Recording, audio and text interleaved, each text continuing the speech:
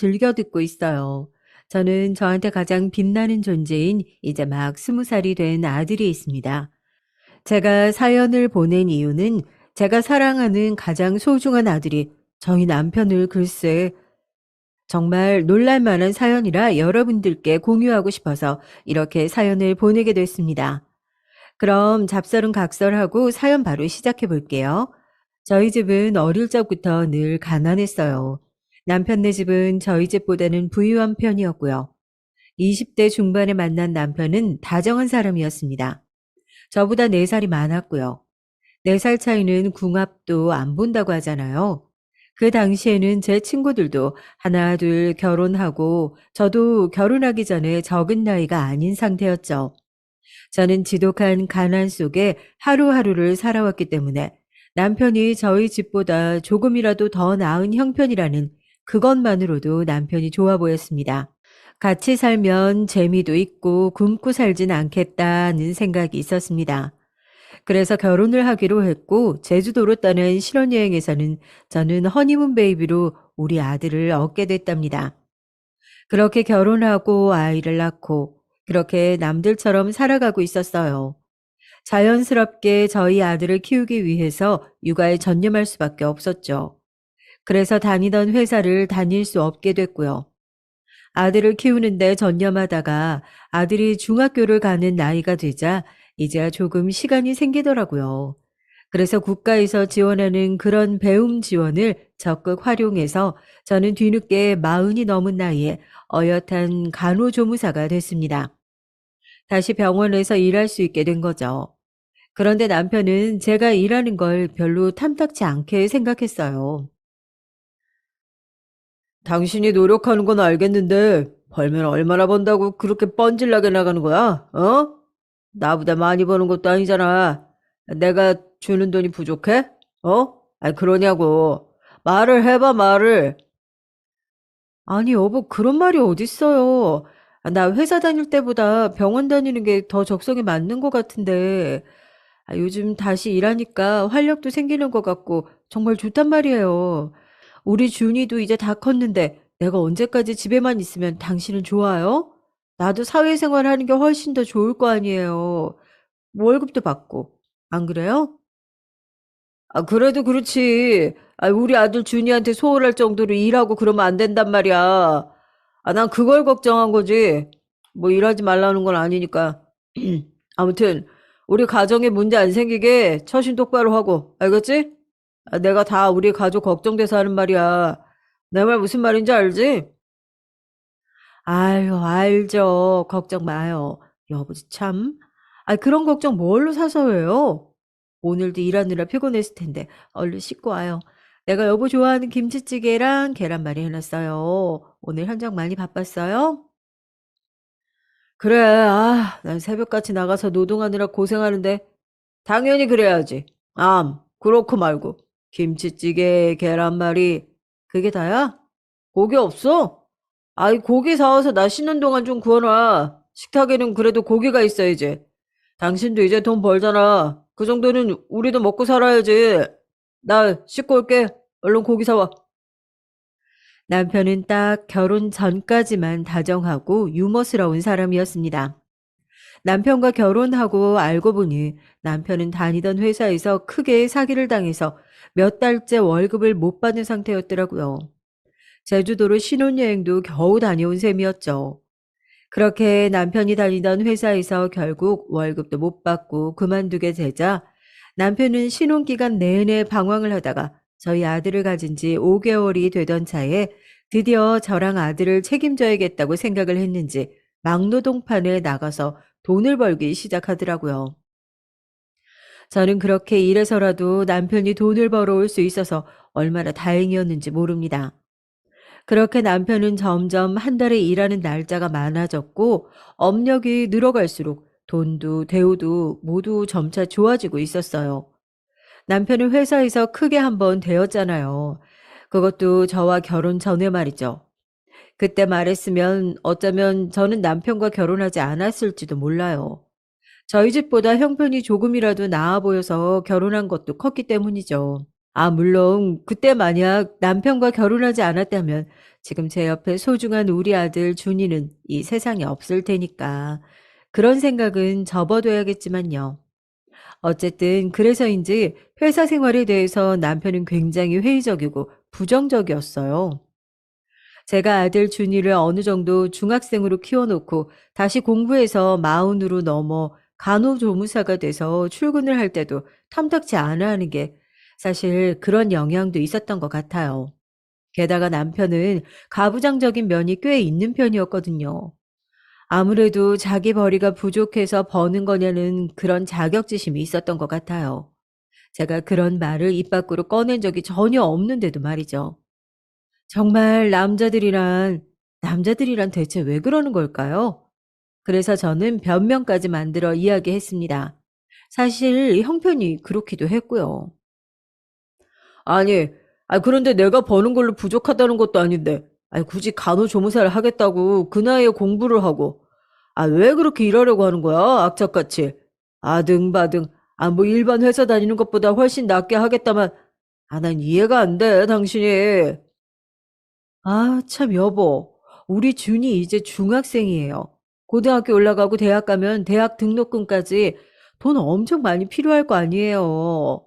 그 돈 미리 벌어두자는 거죠. 나도 일할 수 있을 때 일하는 게 좋잖아요. 그동안 여보 혼자 돈 버느라 고생한 거 너무 잘 알아요. 나도 물론 준이 키우느라 집에서 고생했지만 밖에서 벌어오는 당신만 하겠어요? 하긴 그렇긴 하지. 그래. 준이 이 녀석 대학 가고 하면 대학 등록금 그게 정말 장난 아니긴 하지. 알겠어. 당신이 그런 생각하면서 일하겠다고 한 건지는 몰랐네. 그래. 당신도 일하니까 힘들지? 이게 보통 힘든 게 아니야. 안 그래? 그럼요. 당연하죠. 여보도 그렇잖아요. 출퇴근이 여간 힘든 게 아니네요. 그런데 오랫동안 쉬어서 그런지 난 출퇴근하는 게 아직은 재밌어요. 몸은 힘들지만 환자들 돌보고 간호하는 게 보람도 있고 그래서 그런지 아무튼 좋아요. 뭐 당신이 좋다고 하니까 다행이네. 잘 다녀봐. 준이야 밥 먹자. 아빠 다 씻고 나왔다. 아빠가 엄마한테 고기 반찬까지 해오라고 했어. 식탁엔 고기가 있어야지 안 그러냐? 오 고기다 고기. 좋아요. 맛있겠다. 엄마, 고기 사오는 거 저 시키지 그랬어요. 김치찌개도 그렇고, 계란말이도 그렇고 다 맛있겠네요. 잘 먹겠습니다. 우리 아들 공부하는데 엄마가 방해하면 되겠어? 맛있게 먹어, 아들. 여보도 맛있게 먹고요. 남편은 그래도 제가 아들 준이 대학 등록금 미리 마련한다는 핑계와 남편 혼자 버는 거 이제 도와주고 싶다고 그런 얘기들로 잘 넘어가니까 또 뭐라고 안 하고 잘 넘어가긴 하더라고요. 그렇게 저는 열심히 간호조무사로 일하고 저희 남편은 건설 현장에서 계속 일을 했습니다. 간호조무사로 그렇게 열심히 일했고 어느덧 몇 년이 꼬박 흘렀네요. 일을 하면서 어려운 것도 많았지만 환자들은 돌보고 안내하고 아픈 곳을 고쳐주는 일은 저의 적성에 딱 맞는 일이더라고요. 제가 환자분들에게 치료를 해주었다는 사실에 보람도 있었고요. 출근하고 퇴근할 때까지 눈코 뜰 새 없이 바쁘게 흘러가지만 즐겁게 일했던 것 같습니다. 그렇게 일하고 나면 너무 피곤해서 녹초가 되었죠. 녹초가 되어 집으로 돌아가도 사랑하는 남편과 아들 준이가 있어서 참 행복했습니다. 그렇게 준이도 어느덧 고등학교를 졸업할 나이가 되어갔고요. 물론 일을 다시 시작하고 나서는 남편과의 관계가 예전보다 더 뜸해지긴 했어요. 남편도 현장에서 일을 더 많이 해서 피곤한 것이 이유라고 생각했죠. 그리고 저 또한 병원에서 시달리다가 돌아오고 나니까 피곤했기 때문이라고 생각했어요. 왜 그렇잖아요. 피곤하면 아무것도 할 기운이 안 나니까요. 그래서 별 대수롭지 않게 넘어가곤 했습니다. 그러다가 저희 엄마가 암에 걸리셔서 갑자기 병원에 입원하시게 됐어요.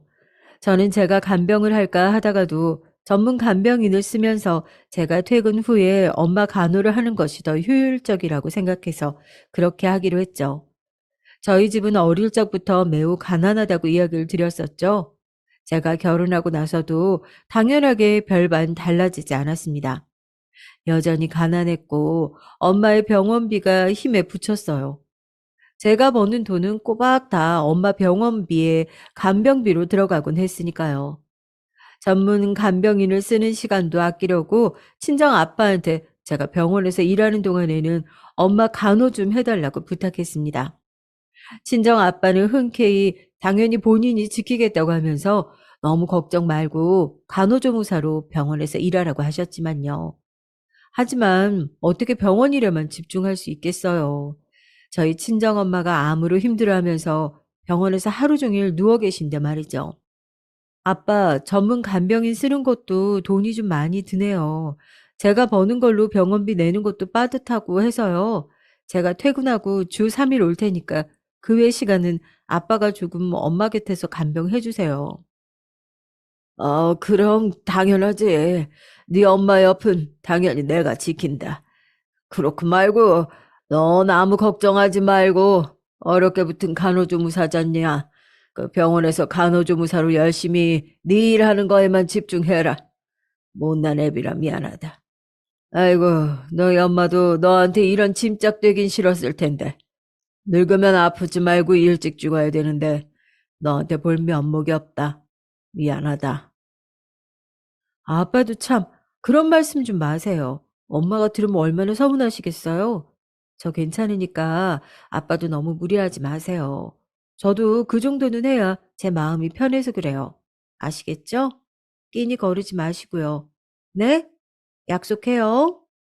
아유, 알겠다. 나도 배고픈 건 못 참는 거 잘 알잖니. 그래서 네 엄마가 그렇게 내 끼니를 챙기리나 늘 그렇게 고생을 했지. 가난한 형편에도 내가 밥 먹는 건 늘 1등으로 챙기는 게 네 엄마였는데. 그랬던 사람이 이렇게 하고 누워있으니 내 마음이 요즘 사는 게 사는 것 같지가 않다. 아빠는 이럴수록 더 힘을 내야지. 그런 힘 빠지는 소리 하면 어떡해요. 엄마가 정말 속상하겠어. 엄마한테 다 일러줄 거예요.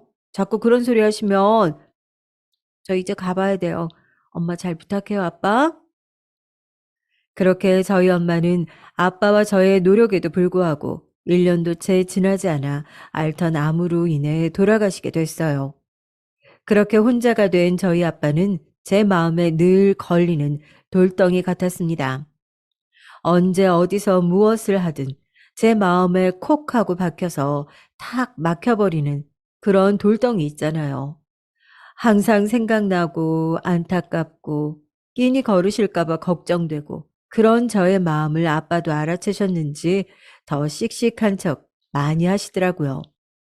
저는 그 모습에 오히려 더 마음이 아팠지만 저희 친정엄마의 빈자리는 그만큼 컸기 때문에 없는 것에 익숙해지는 시간도 참 오래 걸렸던 것 같습니다. 아빠는 끼니를 잘 챙겨 드시지 않으셨고 저는 반찬을 싸서 가져다 드리는 것도 여러 번 했지만 크게 나아지질 않더라고요. 혼자 차려 먹고 하는 버릇이 안 들어서 그러신 거겠죠. 그리고 집밥도 계속 먹다 보면 외식을 하고 싶어지잖아요. 그날따라 유독 저희 친정아빠가 어깨가 축 처진 게 너무 왜소해 보이시는 거예요. 그래서 몸보신도 하실 겸 아빠가 제일 좋아하시는 삼겹살을 사드리고 싶었어요. 그래서 저희 집 근처에서 만나자고 했고요. 아빠 오셨어요? 오늘 삼겹살 어때요? 평소에도 좀 삼겹살 먹고 싶을 때 사드시라고 용돈도 준비했죠. 많진 않아요. 10만 원밖에 안 돼요. 아빠 집에서 밥 먹기 싫을 때 삼겹살에 소주라도 드시라고요. 아이고, 멀리 이런 걸 준비했어.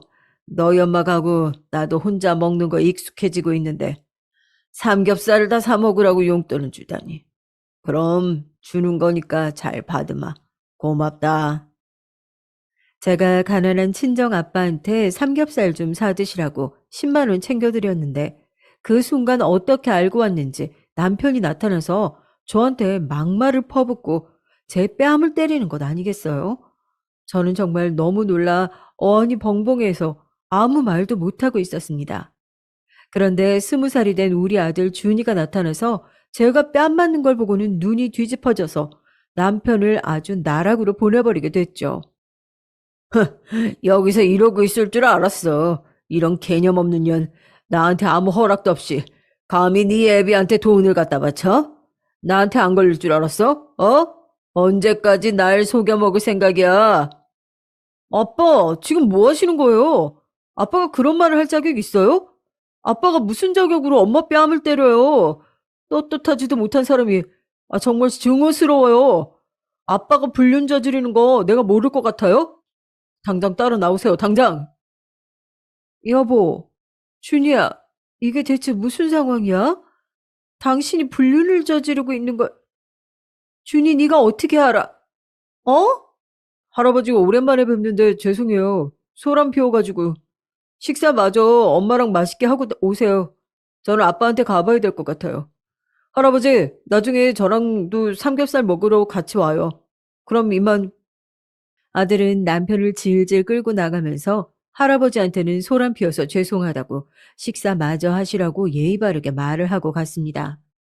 저는 갑작스럽게 펼쳐진 이 상황에 너무 당황했지만 놀라서 젓가락도 못 드시는 아빠를 두고 아들과 남편에게 갈 수 없어서 아빠마저 삼겹살집에서 먹는 둥 마는 둥 하면서 시간을 보내고 집으로 돌아왔어요. 아니 이게 무슨 일이냐. 고서방이 네 뺨을 왜 때려? 너 그동안 맞고 산 거냐? 그런 거야? 나한테 용돈 주는 걸 고서방한테 말 안 했다고 이러는 거냐? 아니, 고서방만 일하는 것도 아니고 네가 번 돈으로 나 용돈 주는 것까지 허락받으라고 하든? 아주 고서방 안 되겠구만. 너 뺨은 괜찮냐? 네, 아빠. 많이 놀라셨죠? 죄송해요. 이런 못난 모습을 보여서요. 고서방이 요즘 많이 예민하긴 했어요. 현장에 일이 많아가지고. 저랑도 좀 소홀하게 지내왔거든요. 그래도 이렇게 쫓아와서 아빠한테 용돈 준 걸로 뭐라고 한 건 이번이 처음이긴 해요. 저도 왜 그런지 모르겠네요. 저 고서방한테 맞고 산 거 아니에요, 아빠. 걱정 마세요. 내 눈으로 이렇게 직접 봤는데 어떻게 걱정이 안 되냐? 당연히 걱정이 되지. 안 그래? 게다가 준이가 한 말 또 뭐야? 고서방, 그놈이 바람이라도 피는 거야? 그게 사실은 남편이 바람 피는 거 이미 알고 있어요. 그런데 그걸 준이까지 알고 있는 줄은 꿈에도 몰랐고요.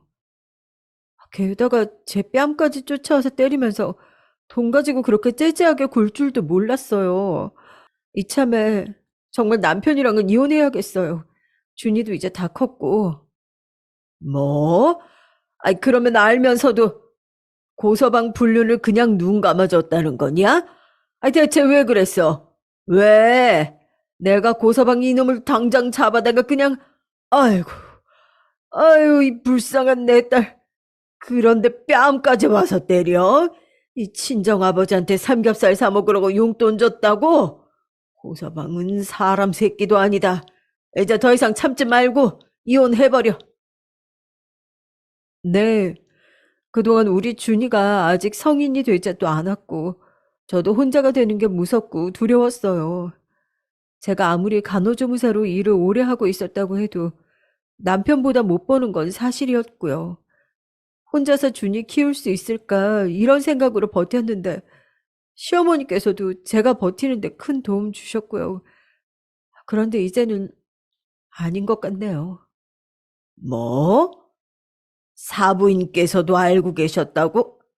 나 참, 그 양반도. 너한테 어떻게 그러냐? 자기 아들 간수 안 하고 자기 아들한테 뭐라고 해서라도 너한테 이러면 안 되는 거 아니냐? 어? 아이고. 제가 참고 살겠다고 했어요. 이제 제가 다시 다 바로 잡을게요. 우선 아들 준이랑 이야기부터 해보고요. 준이가 언제부터 알게 된 건지 너무 걱정돼서요. 아빠, 저 너무 걱정하지 마세요. 걱정 끼쳐드려서 죄송해요. 아니다. 내 생각은 말고 얼른 한 입이라도 좀 먹어라. 먹어야 기운이 나서 이혼을 하든 준이한테 가서 어떻게 알았냐고 묻고 그럴 거 아니냐. 얼른 먹어. 고기는 내가 구우마. 고기를 먹으면서 저는 남편의 불륜을 알게 된 그날을 떠올리게 됐습니다. 고기가 구워지면서 피어오르는 연기를 보다 보니 그날의 일이 아득하게 떠오르더라고요. 남편과의 사이가 단순히 피곤해서 그래서 멀어졌다고만 생각했던 제가 너무 안일했던 걸까요? 아니면 제가 너무 남편을 맹신했던 걸까요? 남편은 이런 저를 두고 바람을 폈더라고요. 동료 간호조무사 쌤이 말해주지 않았다면 몰랐겠지만요. 그래도 저는 알아서 천만다행이라고 생각했습니다. 속이 뒤집어지고 하늘이 까매지는 기분이 바로 이런 기분이었다는 것을 처음 느껴보았지만요. 남편이 다른 여자와 팔짱 끼고 술 마시고 모텔로 들어가는 걸 제 동료 쌤이 봐버렸던 건 우연이 아니었겠죠. 처음 그 이야기를 듣고서는 정말 정신 나간 사람처럼 그럴 리 없다고 잘못 보신 거 아니냐고 호통을 치다가 이내 진짜냐고 흐느끼다가 동료 간호쌤이 혹시 몰라서 찍어왔다면서 몰래 찍은 남편의 사진을 보여주는데 그걸 보니까 더 이상 아니라고 부정할 수가 없더라고요. 틀림없는 제 남편이었습니다. 귀에서 삐 소리가 나는 것 같아서 머리가 어지럽고 시야가 흐려지더라고요. 뿌옇게 차오르는 것은 분노와 배신의 뜨거운 눈물이었습니다. 정말 철저한 배신감과 좌절감에서 나오는 눈물이었죠. 저는 당장 남편의 얼굴을 볼 자신이 없었어요. 그렇다고 갈 곳도 없었죠. 그러다가 조퇴하고 하염없이 근처 공원을 걷고 또 걸었어요. 그러다가 더 걸어 힘이 없어서 주저앉았죠. 그러다 떠오른 건 시어머니였어요. 당장 퇴근 후 남편의 얼굴을 볼 자신이 없어서 시어머니 댁으로 택시를 타고 갔죠. 어머니를 뵙자마자 다시 멈췄던 눈물이 흐르더라고요.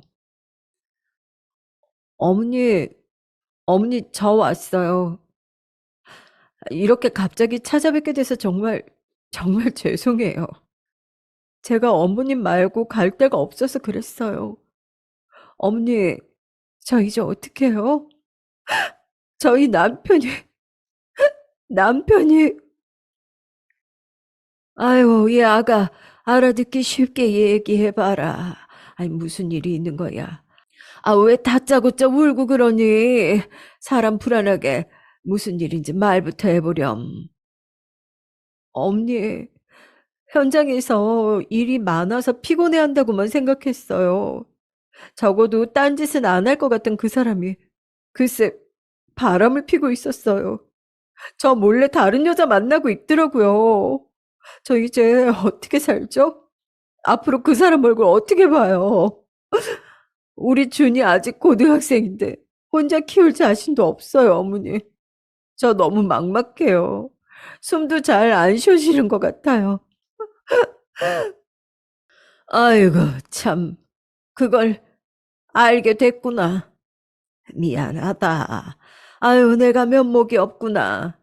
알아도 말을 할 수가 없어서 정말 미안해. 내가 죄인이다. 내가 죄인이야. 말려도 말려지지도 않고 알잖니, 준이애비 성격. 네? 아니, 그게 무슨 소리세요? 어머니께서도 이미 알고 계셨다니요. 아니, 그럼 남편이 바람 피고 있다는 걸 알고 계셨다는 소리신 거예요? 네? 말씀 좀 해보세요. 내가 너한테 할 말이 없다, 정말. 아유, 미안해. 나도 내 자식이라 팔은 안으로 굽는다고 그저 들키지 않기만 바랬다. 그러면 안 되는 거였는데 정말 미안하구나. 내가 아무리 준이 애비한테 말을 해도 이미 홀려버린 걸 마음이 떠난 걸 붙잡을 수가 없더라고. 진작 정리하려고 했는데 뜻대로 되지 않았어. 어머니, 그래도 말씀을 해 주셨어야죠. 아, 저한테 어떻게 이러실 수가 있으세요? 얼마나 된 거예요, 그러면? 알게 되셨으면 저한테 말씀을 해 주셨어야죠. 저 이제 앞으로 어떻게 살려고요? 내가 알기론 1년도 넘은 것 같더라. 너한테 말 못해서 정말 미안하다. 준이랑 너한테 정말 볼 면목이 없다. 저는 1년도 넘었다는 말에 실성을 하고 어머니께 간다는 말도 없이 뛰쳐나와 택시를 타고 집으로 돌아왔습니다. 그리고 집 앞 카페에서 눈물을 훔치며 일단 아들 준이가 모르게 해야겠다는 생각을 했죠. 갑자기 시어머니의 마음이 조금은 이해가 갈 것 같다가도 그래도 저에게 그동안 알고도 속였다는 생각에 너무 화가 나더라고요. 그렇지만 겨우 다시 이성을 찾고 아들 준이한테 하루만 친할머니 댁에 가 있으라고 이야기를 했죠. 급하게 집에 일이 생겼으니까 친할머니 댁에 가 있으라고 말이죠. 그렇게 대충 둘러대고 저는 남편이 오기만을 이를 갈고 기다렸습니다. 여느 때와 다름없이 퇴근하고 온 남편이 바뀐 분위기를 눈치챘는지 할 얘기가 있으면 하라고 오히려 뻔뻔하게 말하더라고요. 당신, 뭘 그렇게 노려보고 서 있어? 나한테 뭐 할 말 있는 거 아니야? 왜 그렇게 뜸을 들여? 얼른 하고 싶은 말 해. 난 말할 준비 다 됐으니까. 정말 뻔뻔하다. 당신이 사람이니? 내가 알던 남편 맞아? 내가 우리 준이 키우면서 20년을 함께 살아온 내 남편이 정말 맞냐고. 어떻게 나를 두고 이렇게 다른 여자랑, 그것 동네에서 이럴 수가 있는 거야? 나 증거도 있어. 사진으로 봤다고. 나한테 어떻게 네가 이래? 어? 아휴, 미안하다. 입이 10개라도 할 말이 없어. 그래도 나 우리 준이한테 진심이고 우리 준이 키우는데 부족함 없이 키우려고 노력하고 살았어. 그건 당신도 알 거야. 그래서 이혼은 생각도 안 한 거고. 그래, 나 그 여자 사랑한다. 어? 우리가 그동안 너무 준이 키우는 데만 집중하면서 정작 우리 둘의 사이가 멀어지고 있었다는 건 너무 늦게 깨달은 것 같아.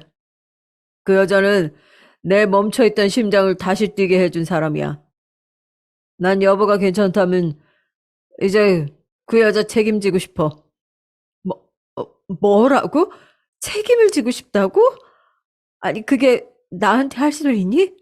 책임을 질 거면 우리 자식인 준이부터 책임져야지. 뭣도 모르고 네 자식 키우느라 뼈 빠지고 고생한 나부터 책임져야지. 그게 도대체 무슨 소린지 알고나 짓거리는 거야? 왜 이렇게 변했니? 왜? 어떻게 말하든 소용없어. 내 마음 이미 진작에 당신한테서 떠났어. 그동안 연기하면서 아무 일 없는 척하고 사는 게 오히려 괴로웠다고.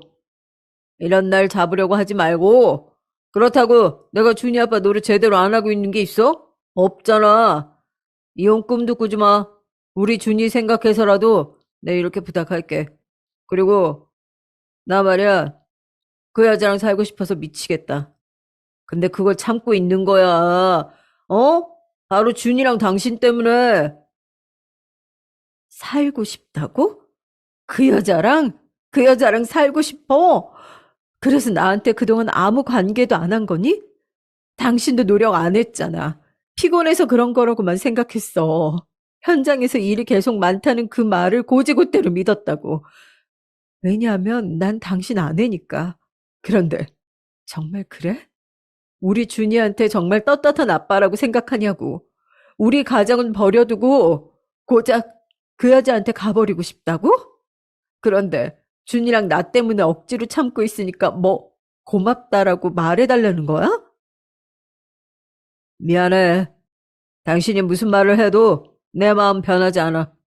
이게 내가 결정한 옳은 선택이니까 준이한테 이혼 가정 만들어주고 싶은 거 아니라면 잘 생각해. 여보도 속이 아닐 테지만 내 얼굴 보면 화만 나겠지. 나 오늘은 나가서 잘게. 미안. 남편의 뻔뻔하고 당당한 태도에 저는 그만 넋을 잃고 쓰러지고 말았습니다. 세상이 한순간에 무너져 내리는 기분이었어요. 저를 두고 나가려다가 제가 쓰러지니까 병원에 데려가긴 하더라고요. 눈을 뜨자 하염없이 돌아가는 세탁기통 안에서 정신없이 물에 빠져 허우적대다가 빠져나온 기분이었습니다. 무슨 느낌인지 감이 오실까요? 머리가 핑 도는 느낌이었고 숨이 잘 안 쉬어지고 답답한 느낌이었죠. 아직도 멍하고 상황 판별이 잘 안 되는 느낌. 새벽에 링거를 맞다가 깨어났는데 옆에는 너무나도 미운 남편이 제 옆에 엎드려서 자고 있더라고요. 당장이라도 남편의 머리를 쥐어뜯고 바닥에 내려 꽂아버리고 싶었지만 그럴 힘이 제겐 남아있지 않더라고요. 남편은 제가 태어나는 걸 보지도 않고 바로 현장으로 출근을 했더라고요. 아니죠. 사실은 모릅니다. 출근을 했는지 아니면 바람난 상간녀랑 불륜을 저지르러 갔는지도요. 두 눈으로 보고도 믿기지 않는 일이 일어났고 저는 순식간에 혼자가 됐습니다. 물론 준이에게 이야기할 수는 없었어요. 준이에게 아빠가 없이 평생을 살게 할 자신이 없더라고요. 남편이 바람난 게 제가 그동안 간호조무사로 취직해서 병원에 적응하고 열심히 사느라 남편에게 무심해서 그런 게 아닐까 생각하면서 저 스스로를 자책하게 되기도 했어요. 심지어 1년도 더 만난 거라면 저희 엄마가 암투병으로 힘들어 하셨을 때 제가 병원에 자주 가면서 괴로워할 때였거든요. 정말 그 생각까지 미치자 여러 가지 감정과 혼란스러움이 저를 괴롭혀 오더라고요. 남편의 불륜 사실을 알게 된 건 너무나 큰 충격이었고 신뢰와 안정감이 완전히 흔들린 상태였죠.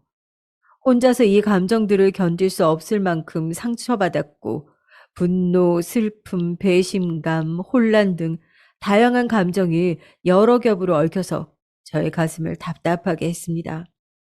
당장이라도 미쳐버릴 것만 같았어요.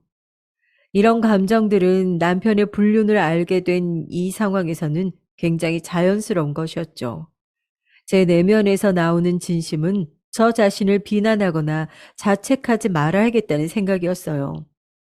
남편의 불륜은 그의 책임이며 저는 이 상황에서 피해자일 뿐이었으니까요.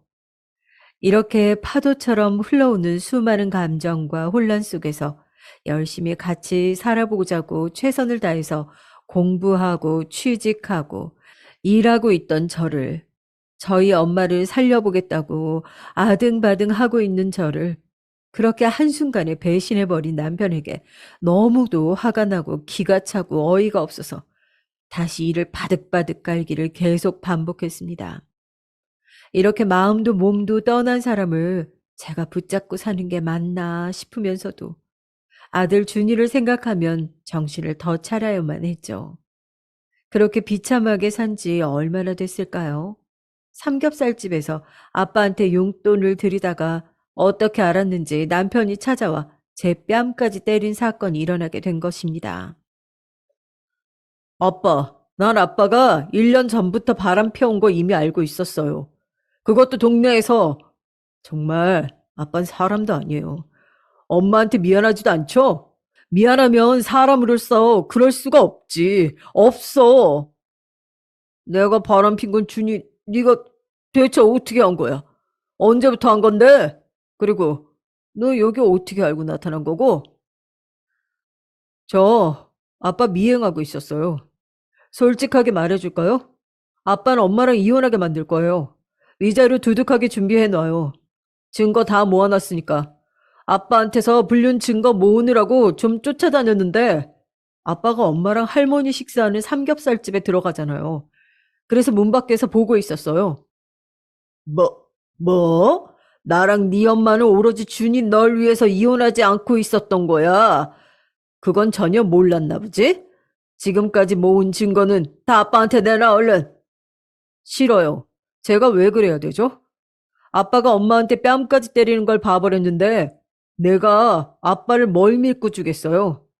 입장 바꿔서 생각해봐요. 평생 우리 가정을 위해서 고생한 우리 엄마를 배신한 것도 모자라서 엄마가 할아버지한테 용돈 드리는 거 그게 그렇게 배알이 꼴렸어요? 아니 그건 나도 사실 네 엄마 뒷조사 중이었다. 혹시나 나한테 실망한 네 엄마가 홧김에 맞바람이라도 피우지 않을까. 그런데 너희 할아버지 만나려고 여기 삼겹살집에서 기다리고 있는 줄 몰랐지. 그런데 대뜸 용돈이라고 건네니까 욱해서 그만. 정말 끝까지 자기만 생각하네요. 아빠는 아빠라고 불러줄 자격도 없는 사람이에요. 당신 아들이라는 게 정말 부끄럽고 수치스러워요. 어떻게 우리 엄마를 의심해요? 불륜 사실을 알고도 우리 가정을 지키려고 당신 불륜까지 안고 살아가는 엄마한테 어떻게 이러냐고. 이게 어디서 아빠한테 대들긴. 아무리 화가 나도 그러면 안 되는 거 몰라? 고준이, 너 아주 혼나고 싶어? 각오하세요. 아빠가 그동안 저지른 불륜, 엄마 배신한 것들 다 갚아줄 테니까. 내가 반드시 당신 나락가게 만들 거야. 알아? 우리 집에 들어올 생각도 하지 마. 비밀번호 바꿔버릴 거니까. 뭐라고? 야, 고준이, 아들, 이러면 안 되지. 아빠한테 어디서 그런 말버릇이야. 그러다 정말 혼난다. 어? 이제 대꾸도 안 해? 아들 준이는 그렇게 헛소리를 해대는 남편에게 대꾸도 안 하고 집으로 왔다고 하더라고요. 저는 저희 친정 아빠를 택시 태워 보내드리고 집에서 아들 준이를 기다리고 있었거든요. 준이가 와서는 남편이랑 나눈 이야기를 들려줬어요. 이야기를 듣고는 정말 깜짝 놀랐습니다. 준이가 남편의 불륜 사실을 알고 있는 것도 그 사실을 그대로 놀랐지만 저와 남편을 이혼하게 해주기 위해서 저를 위해서 남편의 불륜 증거를 따로 모으고 있었다는 것이 가장 크게 저를 놀라게 했죠.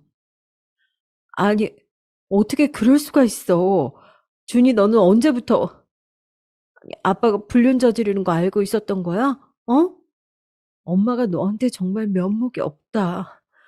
준이, 네가 제일 고생 많았는데 엄만 그런 것도 모르고. 엄마, 엄마 이제 아무 걱정하지 마. 내가 언제 어떻게 알았는지가 중요해. 엄마 나 때문에 참고 살 필요 없다는 게 중요하지. 절대 참지 마. 난 엄마가 그 인간이랑 계속 한가족으로 사는 거 절대 못 참으니까. 알겠죠? 제가 증거 다 모아놨어요.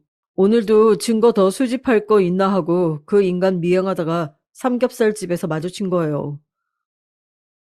그랬구나. 난 그런 것도 모르고. 그럼 아빠는 왜 삼겹살 집에 왔다고 그러니? 내 뺨까지 때릴 사람은 아닌데 갑자기 그러는 게 정말 이해가 안 됐거든.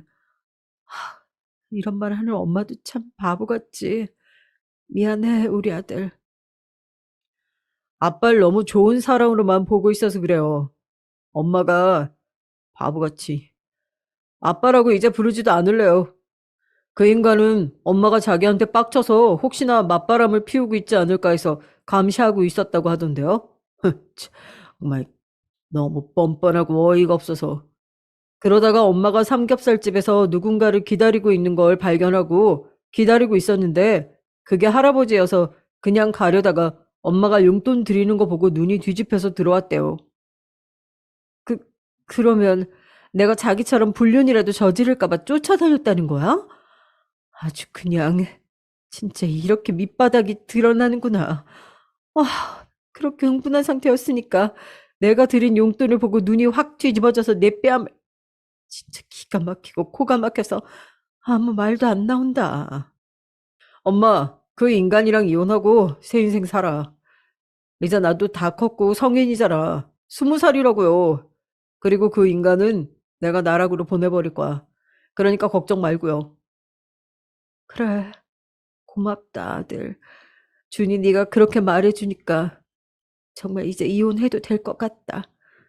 증거도 엄마 모르게 이렇게 다 모아주고 정말 고마워. 우리 아들이 언제 이렇게 다 컸을까? 난 우리 아들 한없이 어리게만 봐온 것 같아서 미안하다. 뭐 맨날 나한테 미안하대. 이제 미안하다는 말 말고 고맙다는 말만 해요. 엄마, 이혼 서류 작성해 줘요. 제가 그 인간한테 나락 보내면서 같이 전달할 테니까요. 아니, 너는 그런데 네 아빠를 어떻게 나락으로 보내겠다고 자꾸 그러는 거야? 엄마야, 네 아빠랑 이혼하면 그걸로 끝이야. 물론 배신감에 정말 많이 괴롭고 힘들었지만 우리 준이 보면서 버틸 수 있었어. 그리고 뭘 더 해야겠다는 욕심도 없고. 아니에요. 제가 안 돼요. 못 참겠다고요. 우리 엄마 이렇게 울게 만든 인간, 할아버지한테 용돈 드린다고 엄마 뺨까지 때린 그 인간, 절대 용서 못 한다고요. 아, 그럼 어떻게 나락을 보낼 건데? 계획이 뭐야? 엄마가 도울 수 있는 건 다 도울게. 우리 아들이 준비해 준 증거로 이혼은 충분히 유리하게 위자료 받을 수 있을 것 같고, 엄마가 아들이 복수해 주겠다는데 뭔들 못 도와주겠어. 말만 해. 이 모든 걸 상간녀 회사랑 아빠 현장 모두 뿌릴 거예요. 거래처 사람들한테까지 전부 다요. 상간녀도 유부녀인 거 엄마 몰랐죠?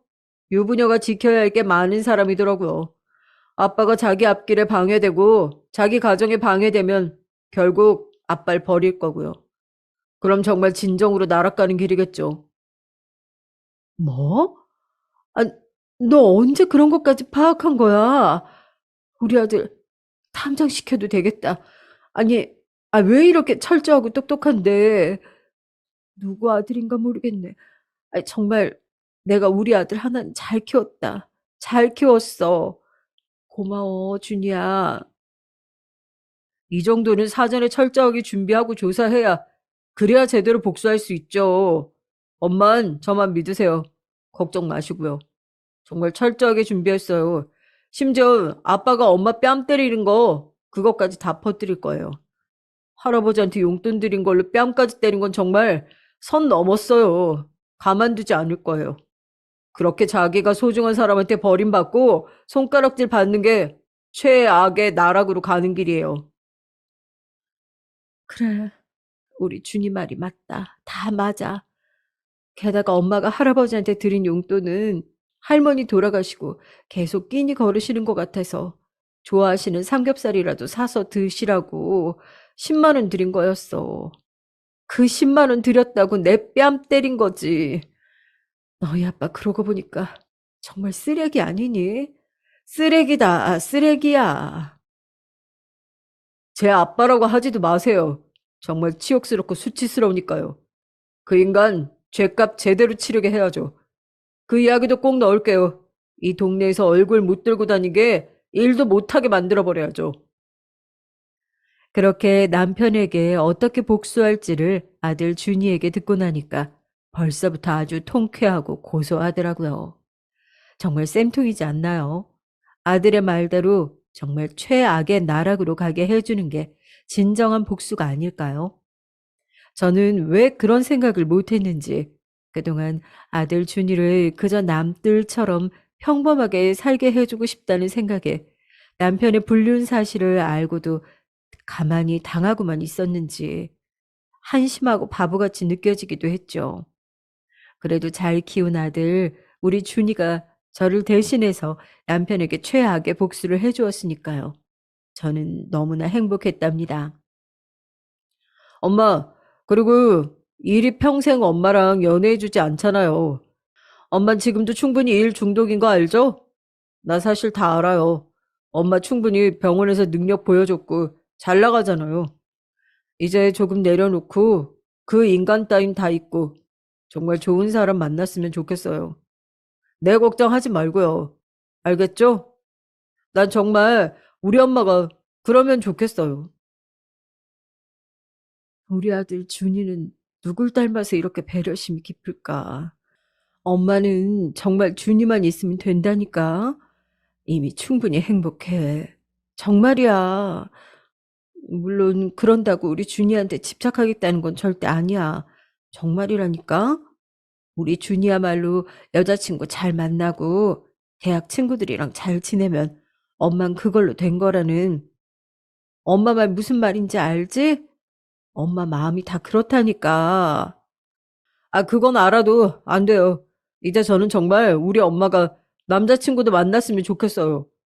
요즘 돌싱글즈랑 나는 솔로 돌싱편 보면 정말 이혼은 흠도 아니던데. 엄마도 아직 젊잖아. 게다가 우리 엄마는 완전 동안이고. 안 그래요? 엄마 그러니까 너무 움츠러들지 말고 지금이 제일 젊은 나이잖아요. 저 결혼해서 떠나면 엄마 혼자인걸요? 저는 그때 엄마 옆에 남자친구가 있었으면 좋겠어요. 벌써 이렇게까지 깊게 생각한 거야? 너 이제 20살이야. 아직 결혼하려면 멀었어. 내가 우리 아들 준이를 너무 얕봤네. 그렇게 말해줘서 너무 고마워. 그렇지만 지금은 정말 간호일 하는 게 재밌고 준이가 대학 생활하는 거 지켜보는 게 너무 재밌어. 그게 엄마 삶의 유일한 낙이니까 너무 재촉하지 마라. 대신 이건 꼭 약속할게. 좋은 사람 나타나면 막지 않겠다고. 그럼 됐지? 요즘엔 적극적으로 서로 대시하는 게 기본이네요, 엄마. 엄마도 일에 그만 좀 매달리고 돌싱글즈랑 나는 솔로 보면서 연애 세포 좀 키워보세요. 사실 저 여친 있어요.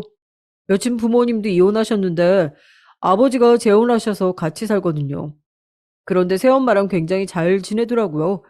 여친이 저한테 말해줬어요. 이혼하는 거 도와드렸으니까 이제는 엄마 연애하는 거 응원해주라고. 그게 정말이야?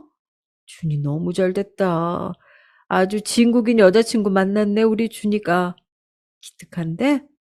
정말 엄마 감동받았어. 그래, 나는 솔로랑 돌싱글즈 그런 것들 알고 얘기한 거구나. 그렇게까지 생각해줘서 정말 고마워, 우리 아들. 엄마도 노력해 볼게. 내가 배워야 할 게 참 많네. 아유. 그래요, 엄마. 지금이 제일 젊은 날이잖아. 이혼한 거 흠도 아니고 요즘 정말 이혼하는 사람 많다잖아요.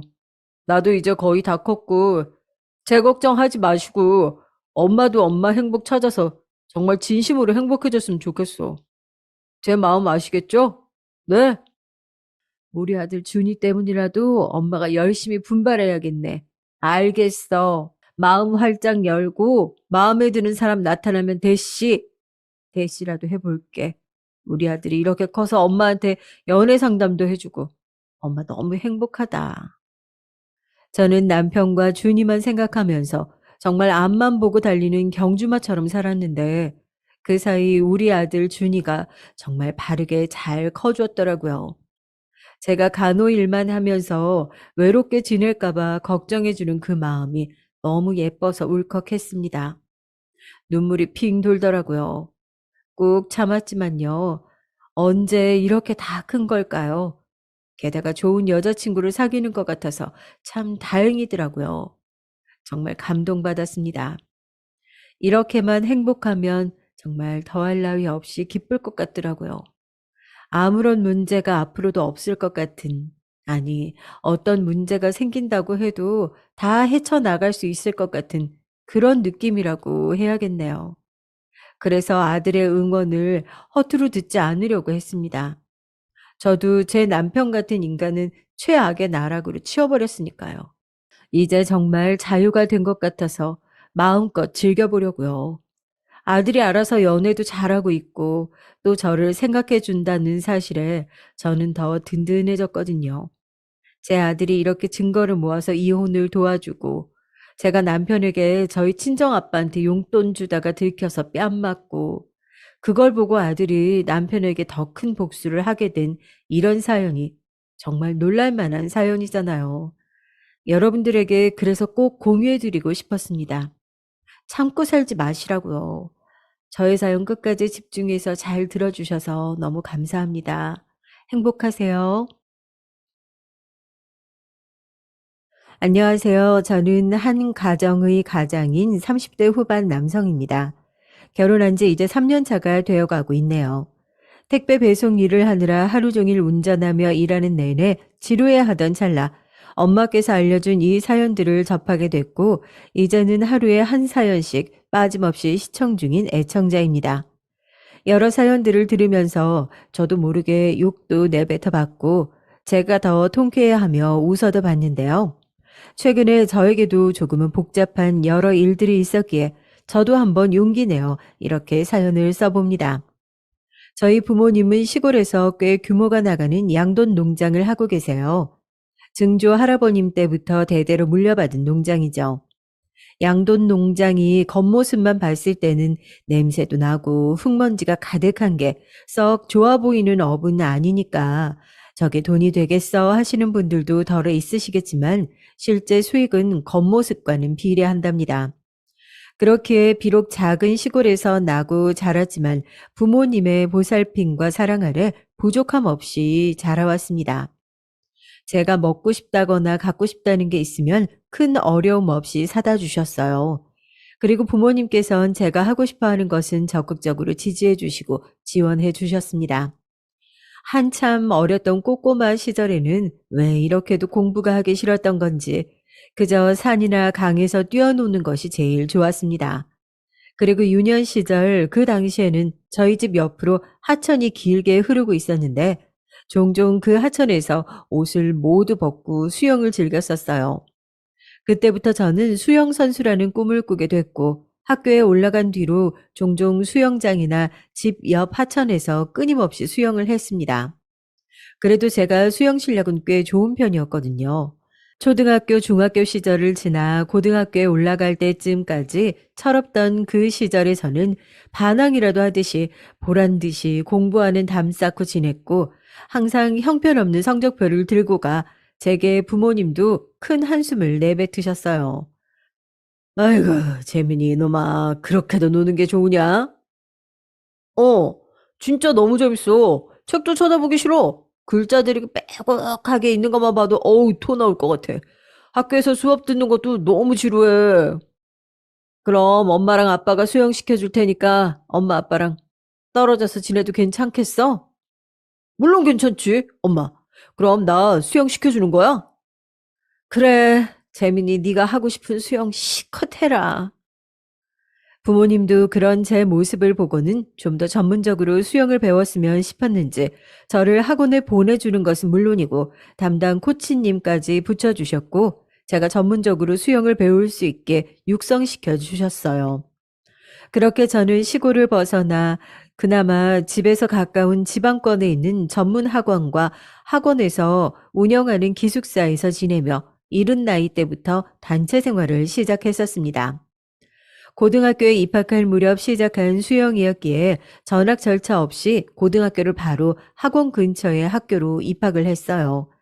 학교 성적은 여전히 바닥이었지만 그래도 나름 수영 성적은 잘 나왔고 어려서부터 물가에서 수영을 하던 게 도움이 됐는지 수영을 제대로 배운 지 얼마 안 돼서 전국 수영대회에서 입상도 했었습니다. 그렇게 지역단체에 꼽히는 선수로 전략하게 되었죠. 제가 다니는 고등학교에도 지역 내에 각광받는 유망 선수라는 것이 전교에 소문나는 것은 순식간이었고요. 그땐 교장 선생님마저 저를 주목했었죠. 저는 그것이 뿌듯하고 자랑스러우면서도 기대에 부응해야 한다는 압박감에 부담도 꽤 되었답니다. 학교 수업 시간에 또래 아이들은 반에서 공부를 했지만 저는 주로 수영 연습을 했고 그렇게 공부와는 전혀 다른 삶을 살았어요. 그러다 20살이 되기 전 마지막 큰 전국 대회가 있었거든요. 그 대회를 위해 저는 셀 수 없는 노력들을 했었고 그렇게 대회를 이틀 앞두고 있을 때였어요. 수영을 밤늦게까지 마치곤 집으로 가는 길이었는데 워낙 늦은 시간대라서 버스도 다 끊긴 상태였고 어쩔 수 없이 택시를 타고 가고 있었습니다. 그날은 유난히 어두컴컴한 밤하늘에 겨울치곤 날도 따뜻했고 겨울비까지 우수수 떨어지는 날이었어요. 차가 왜 이러지? 학생, 손잡이 꽉 잡아요. 순식간에 일어난 사고였습니다. 급발진한 택시는 그대로 우측 가드레일을 들이받았고 택시 기사님이 먼저 말씀해 주신 대로 손잡이를 잡은 터라 기사님도 저도 목숨은 부지할 수 있었죠. 하지만 들이받은 가드레일로 인해 차량이 찌그러졌고 그 충격으로 인해 제 오른쪽 어깨는 으스러져 버리고 말았어요. 깨진 창문의 유리들이 어깨에 깊숙이 박혔고 유리 파편들을 꺼내는 과정에서도 엄청난 고통이 따랐었죠. 총 2번의 수술이 있었습니다. 후유증으로 인해 저는 더 이상 수영을 할 수가 없게 됐었어요. 더 이상 수영을 할 수 없다는 의사 선생님의 말에 어깨의 통증보다 수영을 향한 갈망이 더 컸습니다. 마치 살아도 사는 것 같지 않았어요. 몇 날 며칠, 아니 몇 해를 연습하며 기다렸는지 모르던 10대의 마지막 전국 수영대회는 그렇게 허탈하게 기회마저 갖지 못하고 떠나보내게 됐습니다. 그때 느꼈던 감정은 슬픔도 아닌 허망함, 그리고 공허함이었어요.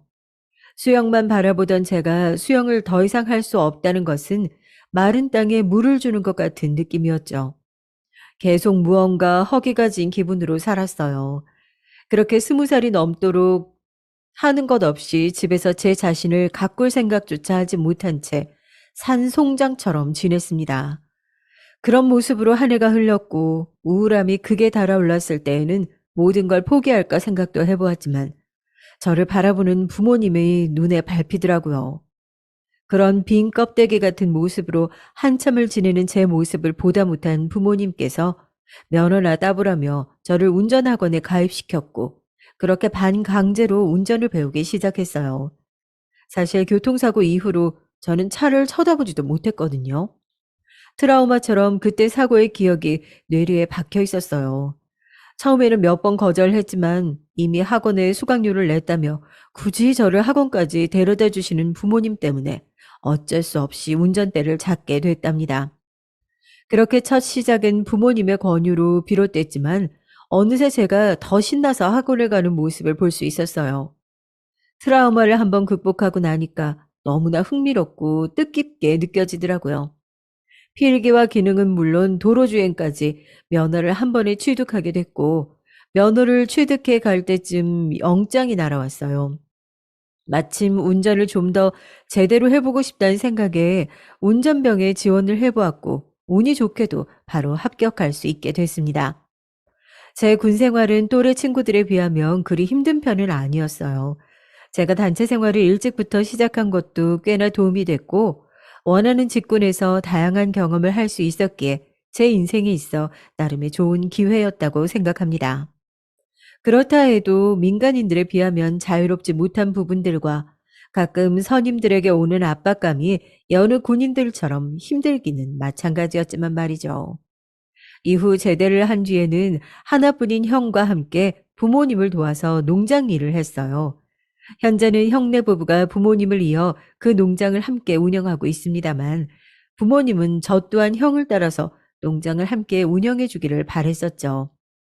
부모님에게는 미안한 말이지만 저는 부모님처럼은 살고 싶지 않았어요.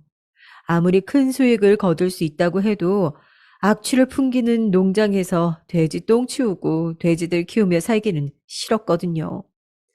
허세가 가득했던 철없던 그 시절에는 겉모습에 꽤나 신경을 썼던 것 같습니다.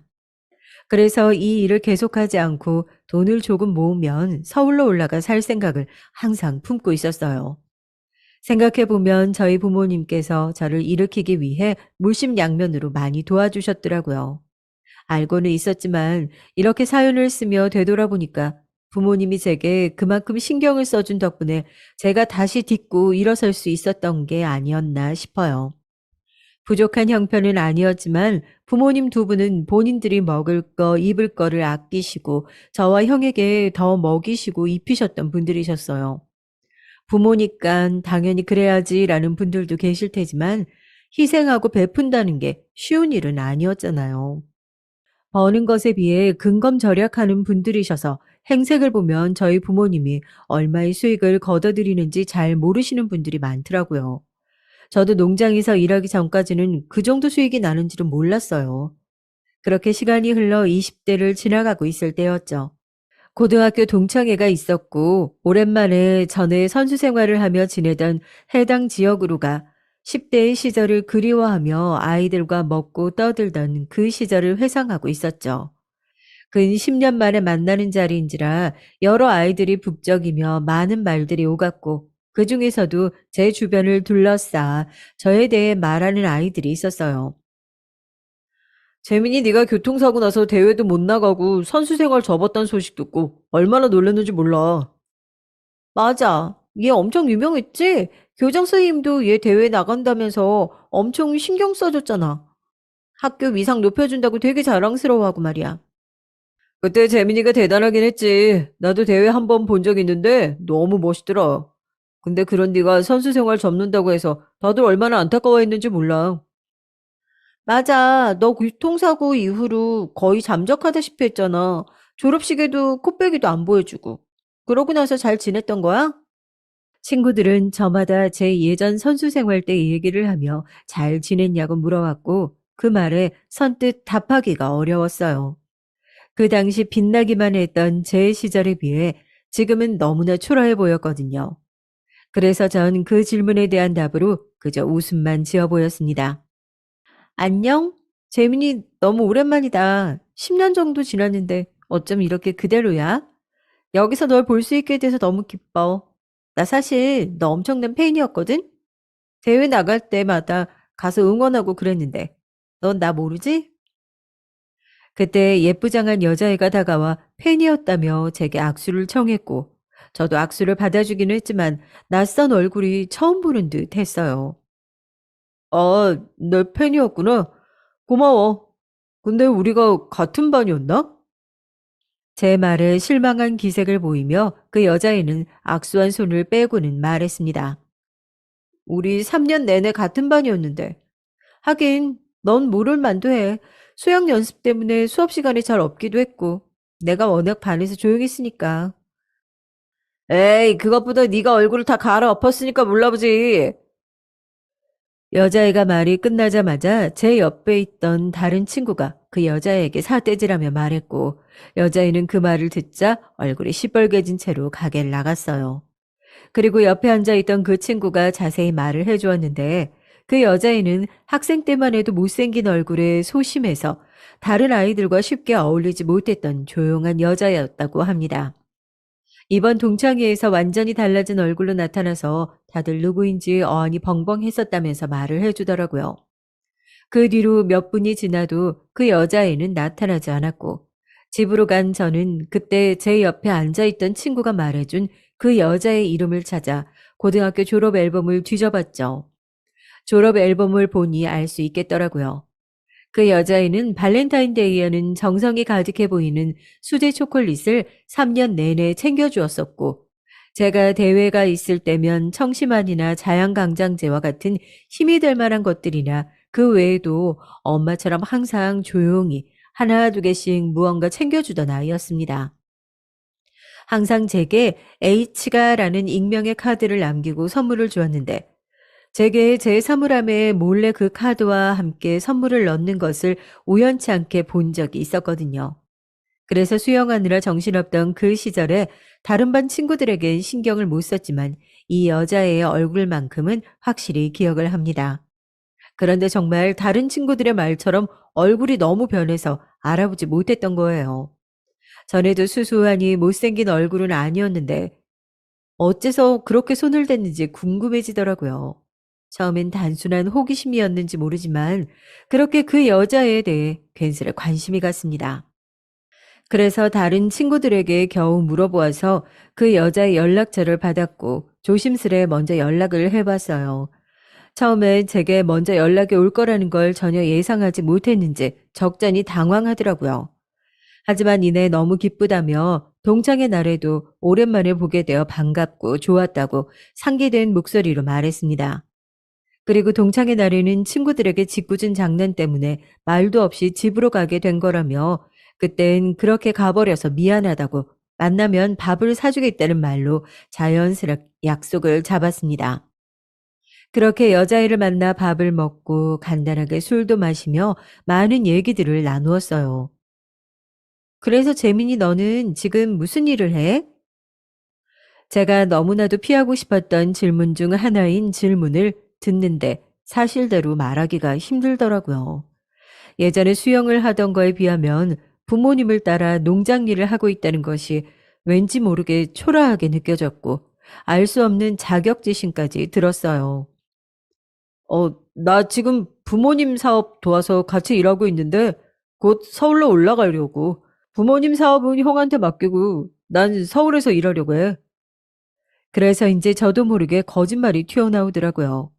직업에 귀천은 없다지만 솔직하게 부모님이 양돈 농장을 하고 있고 지금 부모님 밑에서 그 일을 배우고 있다는 말이 쉽사리 하기 어렵더라고요. 제 스스로가 부모님의 직업이 그저 형편없다 생각해서 그런 결과를 초래한 것이 아닌가 하는 생각이 듭니다. 전혀 부끄러운 직업이 아닌데도 저는 제 부모님의 직업을 계속 속여왔었거든요. 그래서 수영을 시작했을 때부터 누군가가 부모님은 무슨 일을 하냐고 물으면 사업을 한다고 포장을 해왔었습니다. 농업도 사업이라면 농장을 운영하는 부모님이 사업을 하는 것과 다름없다며 자기 합리화를 하고 살았거든요. 또한 작은 시골에서 나고 자란 저로선 서울은 성공한 자의 도시와 같이 느껴졌고 언젠간 저도 서울로 상경해야지 하는 마음이 있었기에 그런 거짓말이 툭 튀어나온 것 같아요. 그런 제 대답에 여자아이는 더욱 기쁘다는 표정으로 제 손을 자연스럽게 잡으며 말하더라고요. 서울? 나도 지금 서울 사는데. 잘 됐다. 내가 직장이 서울이라 자취 중이거든. 서울 올라오면 연락해. 내가 맛집 많이 아는데 소개시켜 줄게. 여자애도 서울을 산다는 말에 얼굴이 괜히 시퍼렇게 질리더라고요. 그땐 제 거짓말이 들통날까봐 노심초사했던 것 같습니다. 저는 그 후로도 지속적으로 연락을 주고받고 항상 여자애는 서울에 언제 오냐는 말을 습관처럼 내뱉더라고요.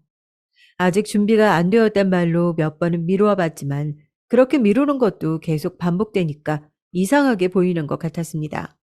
그래서 저는 큰맘 먹고 서울로 상경하기 위해서 준비를 시작했어요. 서울 상경은 원래부터 계획하던 일이었지만 제 예상보다는 더 빠르게 실행에 옮기게 된 것이죠. 서울의 집값은 제 생각보다 더욱 높았고 겨우 부모님에게 도움을 받아 작은 원룸을 구할 수 있었어요. 공부하는 거리가 멀었던 터라 제 학교 성적으로는 지원할 만한 회사는 없었고 나이가 어린 편도 아닌데 무경력인지라 그런 저를 받아주는 데도 없었어요. 그렇다고 언제까지나 부모님에게 손을 벌릴 수도 없었죠. 결국 돈을 벌기 위해 몸을 쓰는 일을 선택했고 기회가 되면 이곳저곳 멍이 들고 매일같이 파스를 붙이더라도 돈 되는 일이라면 닥치는 대로 했습니다. 술집에서 서빙 아르바이트는 기본이고 건설 현장, 일용직이나 배달 기사 일, 택배 상하차 일 등 여러 일들을 했죠. 그렇게 아르바이트만 2년을 전전하며 살았어요. 그러다 택배 상하차 아르바이트를 하는데 제가 운전병을 나왔다는 말에 해당 택배 회사에서 정규직으로 입사해 배송 업무를 맡아볼 의향이 없는지 물어봤고 생각보다 높은 급여와 정규직이라는 곳에서 오는 안정감 그리고 제가 좋아했던 운전하는 일이었기에 저는 이 일을 마다할 이유가 없었어요. 그렇게 저는 택배 회사에 취직을 했습니다. 그동안 그 여자애와는 끊임없이 연락을 주고받았었고 제 볼품없는 현실에도 이해해주고 배려해주던 모습에 점점 그 친구에 대한 관심이 호감으로 변했어요. 호감으로 변한 마음은 점차 커져갔고 그러다 저의 고백으로 저희는 연인이 됐습니다. 정식으로 교제를 한 뒤로도 아르바이트로 하루 벌어 먹고 사는 처지인지라 많은 것을 해주지 못했고 그럼에도 저를 한결같이 좋아해주고 응원해주던 여자친구에게 이 사람이구나 하는 확신이 들더라고요. 여자친구는 저에 비해 꽤나 규모가 있는 회사를 꾸준히 다녀왔고 제가 그런 짜잘한 아르바이트 몇 개를 다 하며 버는 월 수입에 비해 훨씬 좋은 급여를 받아갔었어요. 그래서 제가 내는 데이트 비용보다 본인이 더 낼 때가 많았고요. 그런 부분에 있어서 싫은 내색 하나 없었습니다. 그럴 때마다 여자친구에게 참 고마우면서도 얼른 돈 많이 벌어서 좋은 거, 맛있는 거 많이 사주고 싶다는 생각이 들더라고요. 그렇게 2년간의 아르바이트 생활을 마치고 택배 회사에 비록 배송 기사이지만 정규직으로 취직을 하였다는 말에 여자친구는 저보다 더 기뻐해 줬어요. 제 기쁨을 저보다 더 기뻐해 주는 사람이 있을까 싶었고 이 여자를 꼭 잡고 싶었습니다. 그래서 나름 목표를 세워서 알뜰살뜰 받는 월급의 70%는 꼭 저축을 하려고 노력했어요. 월세도 내야 하는 상황에서 힘들 때도 많았지만 더 좋은 미래를 위해서 먹고 싶은 거, 사고 싶은 거 꾹꾹 참아가며 3년 정도 빡세게 모은 덕분에 목표한 금액에 도달할 수 있었죠. 돈이 모이고 나서야 비로소 총 4년의 연애를 끝내고 여자친구에게 당당히 프로포즈를 할 수 있게 됐답니다. 지금의 아내이자 당시 여자친구는 기꺼이 제 프로포즈에 좋다고 화답했고 그렇게 저와 아내는 결혼 준비에 들어갔어요. 결혼할 생각을 하니까 시간이 더 빨리 흐르는 것 같더라고요. 결혼 준비는 생각보다 순조롭게 흐르는 듯 했습니다. 웨딩 플래너를 통하니까 예식장이나 스튜디오와 드레스샵 선정과 같은 예식 관련된 결혼 준비는 차질 없이 진행됐지만 하나 해결하지 못한 게 있었어요. 바로 집 문제였는데요. 턱없이 높은 서울의 집값은 제가 아무리 모은 돈이 어느 정도 된다고 해도 이 돈으로는 전세도 겨우 될까 말까였습니다. 무조건 서울 아니면 안 된다는 아내의 고집에 대출이라도 받아야 하나 고민하며 여기저기 알아보는데, 그런 와중에 얄밉게도 아내는 본인이 혼수를 해올 테니까 집은 제가 알아서 하라는 식으로 저에게 모두 떠맡기더라고요. 혹여나 돈이 모자라면 처가댁에 말해볼 테니 언제든 말하는 식으로 제 자존심을 살살 긁으면서 말이에요. 그래서 집은 처가댁의 힘을 절대 빌리지 않고 제가 스스로 마련하자 다짐했습니다. 이후 각자 부모님께 서로를 인사시켜 주기로 했고, 처가댁이 서울에 있던 터라 처가댁을 먼저 들렸어요. 제 예상대로 처가댁은 꽤나 잘 사는 것처럼 보였습니다. 아내가 집에 도착했다며 가리킨 곳은 누구나 아는 브랜드 아파트였어요. 세대수가 많아 보이진 않았지만 신축 아파트인 듯 시설이 굉장히 깨끗했고, 아내가 비밀번호를 눌러 안으로 들어가니 입구부터 압도감이 장난이 아니었어요. 바닥은 대리석으로 쫙 깔려 있었고 뻥 뚫려 있는 넓은 거실은 으리으리하다는 말이 절로 나오더라고요. 장인어른과 장모님은 현관 앞까지 나와서 저를 반갑게 맞이해 주셨고, 저도 90도 인사를 하며 미리 준비한 선물을 건넸습니다. 아이고, 뭐 이런 걸 다 준비했어요. 고마워요. 잘 먹을게요. 장모님께선 선물을 받아들며 환히 웃어 보였고, 생각보다 너그러운 분위기에 긴장은 조금 풀 수 있었어요. 수영을 해서 그런지 어깨가 아주 넓구만. 꼭 내 젊을 때 보는 것 같네. 장인어른도 유쾌한 농담을 건네며 분위기를 밝게 띄우시고, 무뚝뚝하고 가부장적인 제 아버지에 비해 훨씬 깨어 있으신 분이구나 느끼게 되더라고요. 장모님과 장인어른 두 분 다 아내에게 미리 저에 대해 얘기를 들으신 건지 제 집안이나 직업과 관련된 큰 질문들은 하지 않으셨어요. 그저 밥은 먹었는지, 못 먹는 음식은 무엇인지, 또 좋아하는 음식은 무엇인지와 같은 짜잘한 질문들만 던지실 뿐, 제가 불편하게 느낄 만한 질문들은 너무 감사하게도 하지 않으시더라고요. 그렇게 예상과는 달리 좀 더 편안하게 인사를 하고 올 수 있었습니다. 이후 저희 부모님을 만날 날을 잡았고, 부모님에게 오랜만에 연락해서 결혼을 약속한 여자친구를 집으로 데리고 가겠다고 했더니 팔짝 뛰며 너무나 좋아하시더라고요. 지금껏 여자를 만나보지 않은 건 아니었지만 부모님에게 소개시켜 주는 건 처음이었거든요. 그렇게 약속한 날짜에 시간 맞춰 아내와 제 고향으로 내려갔습니다. 그런데 집으로 가까워질수록 아내의 표정이 점점 어두워지는 걸 느꼈어요. 그리고 다 도착하여 차에서 내리는데 코를 막고 얼굴을 잔뜩 찡그리던 아내가 말했습니다. 여기가 진짜 자기네 집이야? 아니, 부모님이 사업하신다면서 도대체 여기서 무슨 사업을 해? 사실 우리 부모님 양돈 농장 하셔. 뭐? 그럼 나한테 거짓말한 거야? 거짓말이라니. 사업이라 뭉뚱그려서 말한 건 미안한데 농업도 하나의 사업으로 봐주면 안 될까? 아니, 미리 말 못한 건 미안해. 제가 사과를 했음에도 잔뜩 쓴 인상은 풀릴 기미가 보이질 않더라고요. 그러던 찰나에 차 소리를 들었는지 때마침 부모님이 집에서 나왔고, 저와 아내를 보더니 활짝 웃으며 대문으로 달려나왔습니다. 그런데 그 모습에 아내는 뒤로 주춤하더니 제 뒤로 숨어 보이더라고요. 아유, 내가 처음부터 너무 부담스럽게 달려왔나 보네. 아유, 먼 곳까지 오느라 피곤할 텐데 편하게 들어와서 쉬어요. 아유, 재민이 여기까지 오느라 고생했다. 그 모습을 엄마도 본 것인지 머쓱한 듯 괜히 머리를 긁어 보이며 저와 아내를 현관으로 안내했고, 아내는 여전히 코를 막은 채 엄마에게 제대로 인사는 생략한 채 그저 고개만 까딱이며 예의라곤 찾아볼 수 없는 모습을 보였어요. 지금껏 저에게 보였던 모습과는 전혀 다른 모습이라 저도 꽤나 당황스러웠습니다. 그렇게 마당을 지나 현관에 다다르자 그제야 앞에 서 있는 아버지를 보고는 제대로 인사를 하더라고요. 안녕하세요. 재민이 여자친구 김소연이라고 합니다.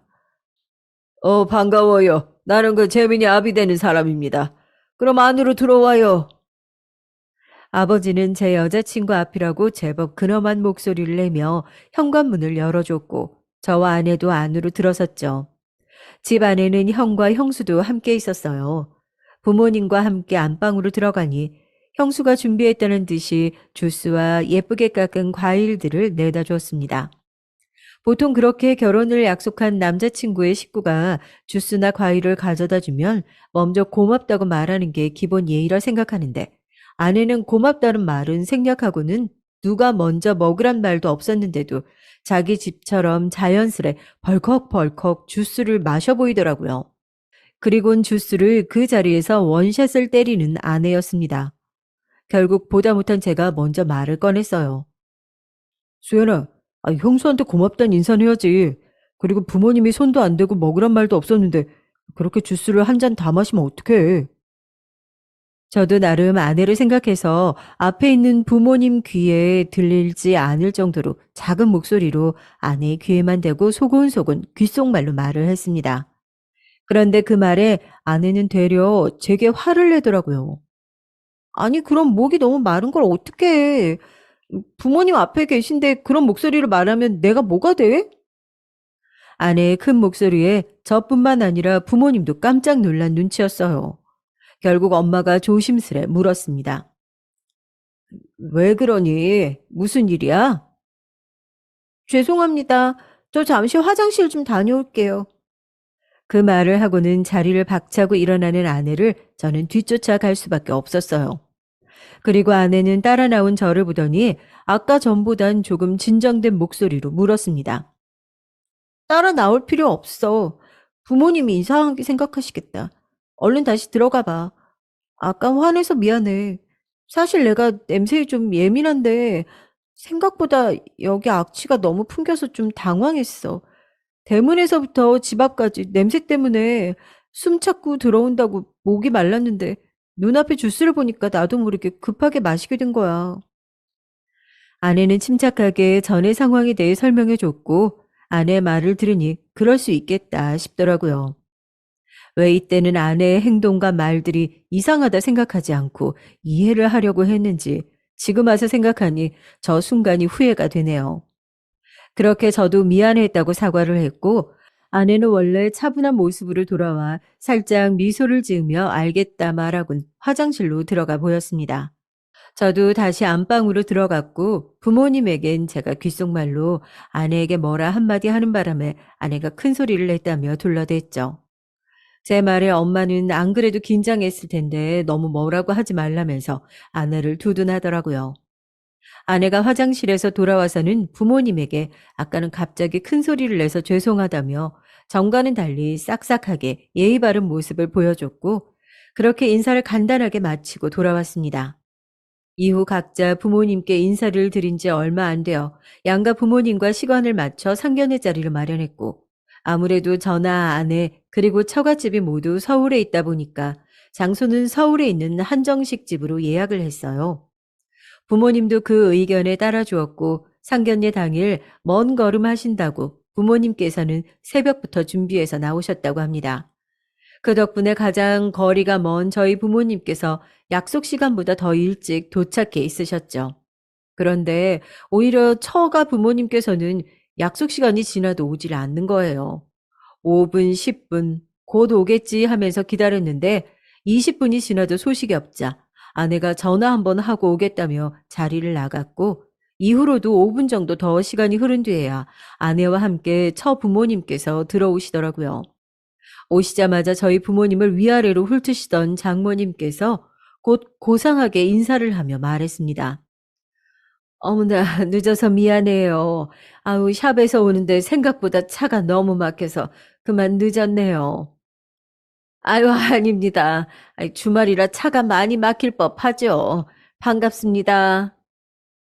엄마는 괜찮다고 말하며 악수를 청했고 추운 날씨도 아니었는데 요상한 장갑을 끼고 계시던 장모님께서는 정식 악수는 하지 않고 손끝만 살짝 잡아 보이며 자리에 앉더라고요. 그 모습을 바로 앞에서 지켜보는데 꼭 저희 엄마를 더러워하는 것처럼 보며 기분이 썩 좋지는 않더라고요. 상견례 자리가 중요한 자리기는 하나 샵까지 들려가며 준비를 해야 하는 자리인가 싶었고 그런 처 부모님에 비해 저희 부모님께서는 워낙 검소하게 사시는 분들이신지라 화장품도 잘 바르지 않으셨고 오늘은 그나마 얼굴에 뭐라도 바른 듯 평소 제가 알던 모습보다는 나아 보였어요. 그리고 저희 부모님은 신경 써서 입고 온 옷이라고 해봤자 동묘 시장에서 팔 법한 옷들이었고, 그런 차림에 비해 명품으로 휘감겨 있는 처부모님들과는 꽤나 비교가 되어 보였습니다. 이후엔 여느 상견례 자리에서 그렇듯 예물이나 예단 같은 형식적인 말들이 오갔어요. 식사를 하는 와중에도 양가 부모님들은 여러 말들을 주고받았고, 그렇게 시간이 어떻게 흐르는지 모를 정도로 숨막히던 상견례가 끝이 났습니다. 이후 아내는 처부모님과 함께 처가댁으로 갔고, 저는 부모님을 모시고 제 집으로 갔어요. 거리가 멀기 때문에 하루 주무시고 가시기로 했거든요. 그때까지만 해도 혼자 살던 집이 원룸이었던지라 좁긴 했지만 너무나도 오랜만에 부모님과 한 방에서 잠을 청했답니다. 다음날 일어나 보니까 이미 두 분은 집을 떠나고 없었어요. 대신 식탁 위에 밥상이 한 상 차려져 있었고, 차린 지 얼마 안 된 듯 아직 김이 모락모락 피어 있었어요. 그리고 그 옆엔 종이에 잔뜩 써놓은 메모와 밑에 있는 도장이 함께 든 통장이 있었죠. 저는 제일 먼저 메모를 집어 들어 읽어보았어요. 재민아, 엄마랑 아빠는 차 시간 때문에 먼저 간다. 곤이 자길래 깨우지 않고 가니까 일어나면 밥 챙겨 먹고 냉장고에 반찬이나 재료가 별로 없더라. 되는 대로 미역국하고 계란 프라이랑 햄 구워놨으니까 식기 전에 먹어. 그리고 이건 재민이 네가 태어났을 때부터 조금씩 모아오던 통장이야. 우리가 너 결혼하면 주려고 계속 조금씩 저축해놓고 있었는데 어느새 다 커서 이렇게 이 통장 건네는 날이 오는구나. 이 통장 만들 때 함께 만들던 네 인감도장도 함께 넣었으니까 잃어버리지 않게 조심하고. 요즘 서울의 집값이 그리도 비싸다 들었어. 이 돈으로 집을 사는데 보태든 가구나 가전제품을 사는데 보태든 하렴. 사랑하는 엄마 아빠가. 편지처럼 긴 말도 아니었고 오그라드는 말들이 있던 것도 아니었지만 문장 하나하나에 진심이 담겨 있어 더 울컥했죠. 그리고 메모 밑에 있던 통장을 여는 순간 저는 눈물을 쏟아낼 수밖에 없었습니다. 통장 안엔 입금을 할 때마다 저마다 작은 문장이 하나씩 쓰여 있었어요. 재민이 태어난 날, 재민이 100일, 재민이 걸음마 뗀 날, 재민이 돌잡이 한 날. 이렇게 제가 태어난 날부터 시작해서 학교에 입학한 날이나 수영을 시작한 날과 같이 큰 행사가 있던 날은 물론이고, 자전거를 처음 탄 날이나 넘어져서 엉엉 운 날처럼 작은 일에도 하나하나 기록되어 있었고, 부모님께서는 저도 잘 기억나지 않는 이 모든 일들을 기억하고 있었어요. 당연히 제가 처음 수영대회에서 입상한 날과 사고가 난 날도 모두 기록되어 있었습니다. 그리고 마지막은 상견례 날. 건강하게 자라줘서 고마워. 사랑해 우리 아들의 문구와 함께 상견례 날짜에 입금이 된 것은 마지막으로 통장은 가득 채워져 있었고, 통장집 안에 통장들만 총 4개나 됐습니다. 최종적으로 모여있던 금액은 제 생각보다 더 큰 금액이 찍혀 있었어요. 이 정도 금액이면 서울의 큰 집은 아니더라도 아파트나 빌라 한 채 정도는 문제없이 구매가 가능했고, 심지어는 조금 남을 수도 있을 정도였습니다. 예상치 못한 부모님의 선물에 저는 그 자리에서 그만 목청 높여 울었어요. 제 밑에 엄마가 해놓은 밥이 젖어가는지도 모른 채 말입니다. 다음날 아내와 저는 연차까지 내가며 부동산으로 가서 본격적으로 예산에 맞는 집을 알아보기 시작했어요. 그러다 제 눈에 제일 마음에 드는 집이 보였어요. 그 집은 신축은 아니었지만 리모델링한 지 얼마 안 된 20평대의 작은 빌라였습니다.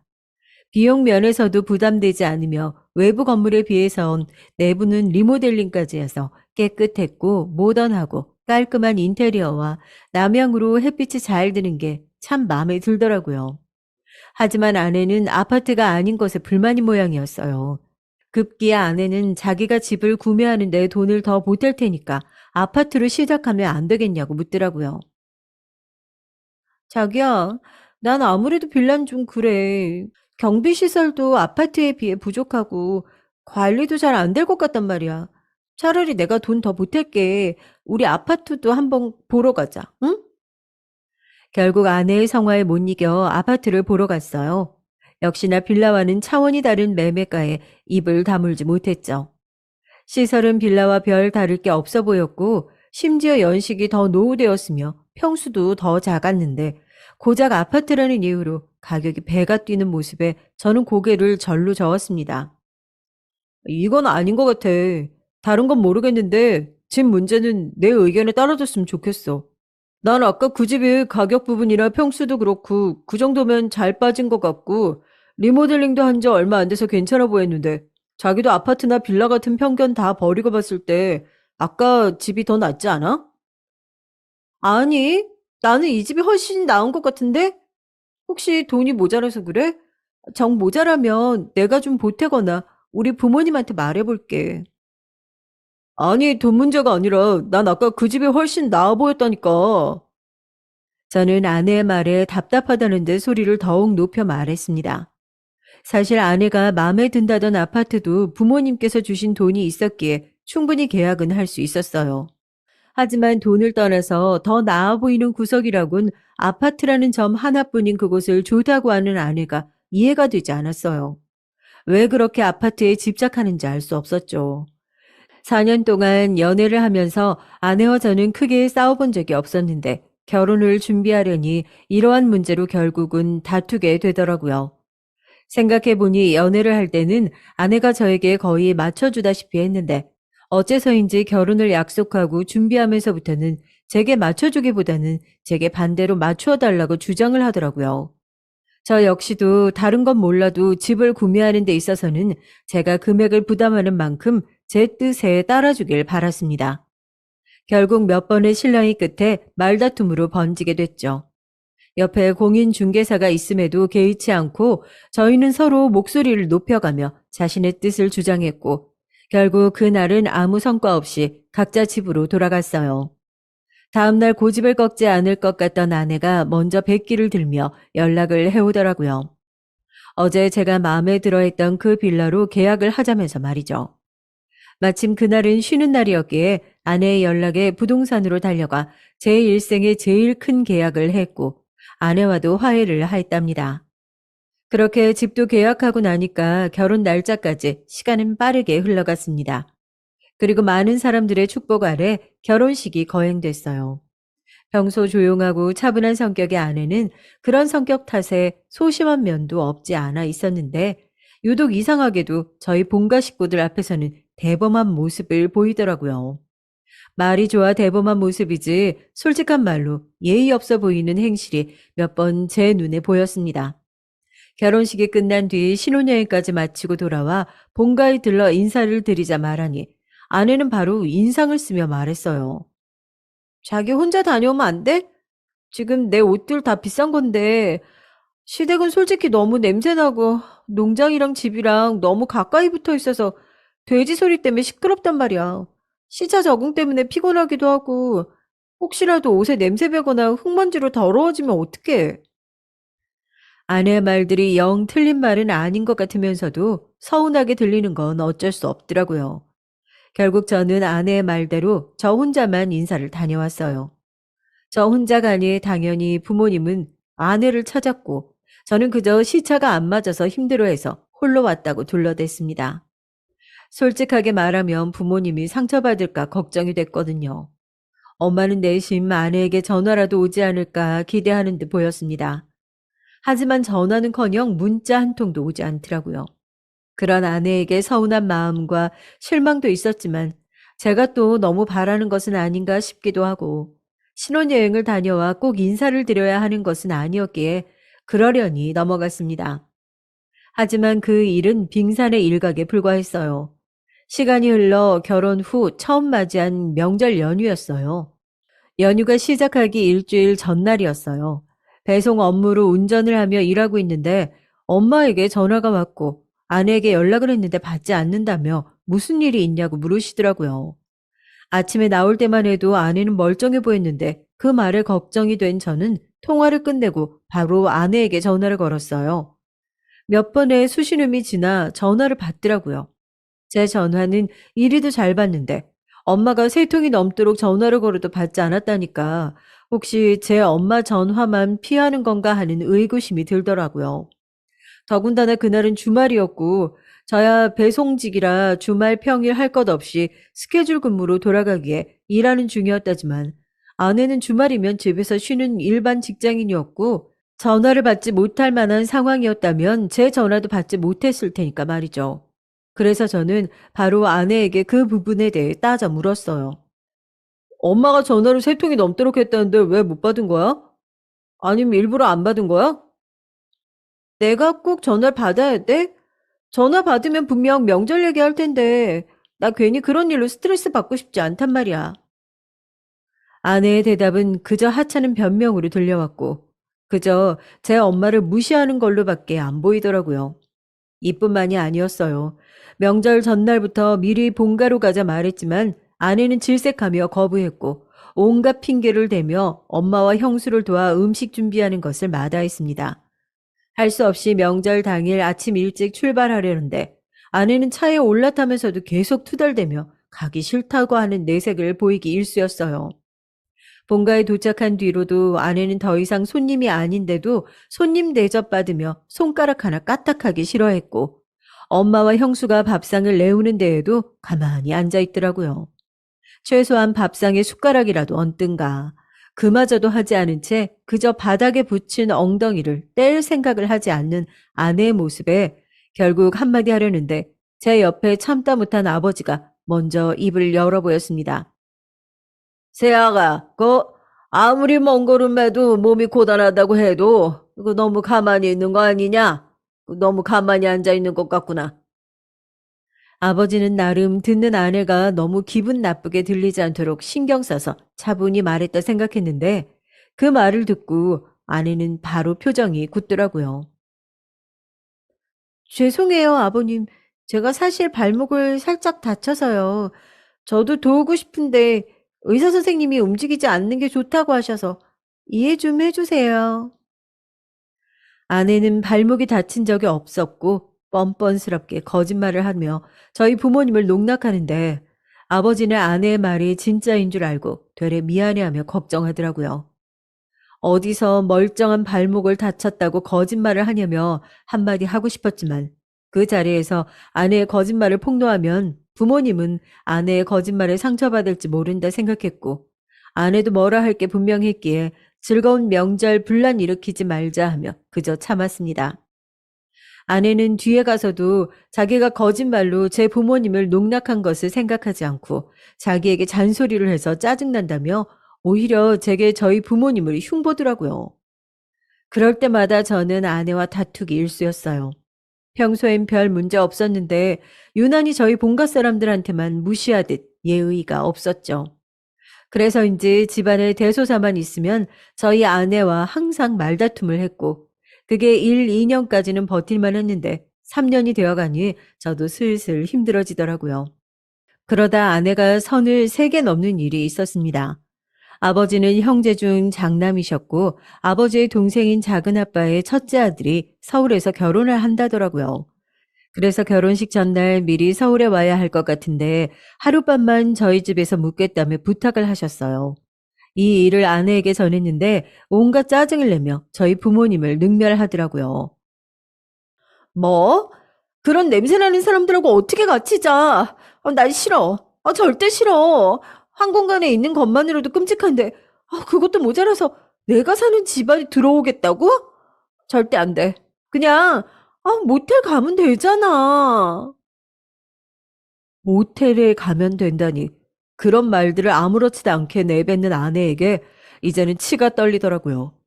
본인 부모님을 제가 그런 식으로 말했다면 분명 길길이 날뛰었을 거면서 말입니다.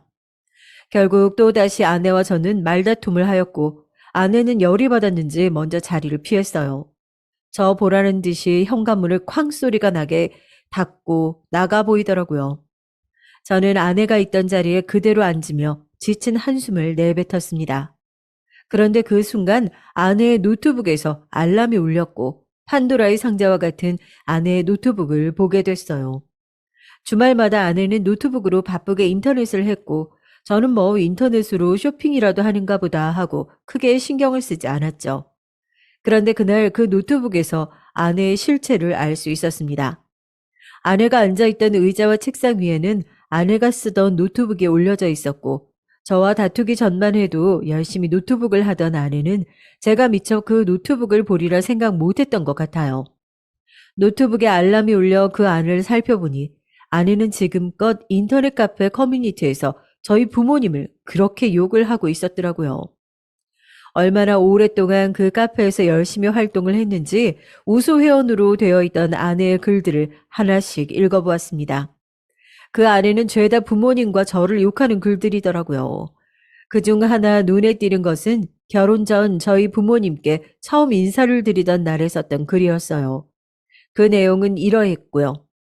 예비 신랑이 시부모가 사업을 한다 해서 그런 줄 알고 결혼까지 결심했는데 알고 보니 시댁에서 한다는 사업은 농업이었고 그 중에서도 제일 냄새나고 더러운 양돈 농장을 하고 있다면서 시부모 꼬라지도 거지 같고 냄새난다며 이 결혼을 해야 하는지를 묻는 고민의 글을 써놨더라고요. 심지어는 동창회 때 저를 오랜만에 보고 썼던 글도 있었습니다.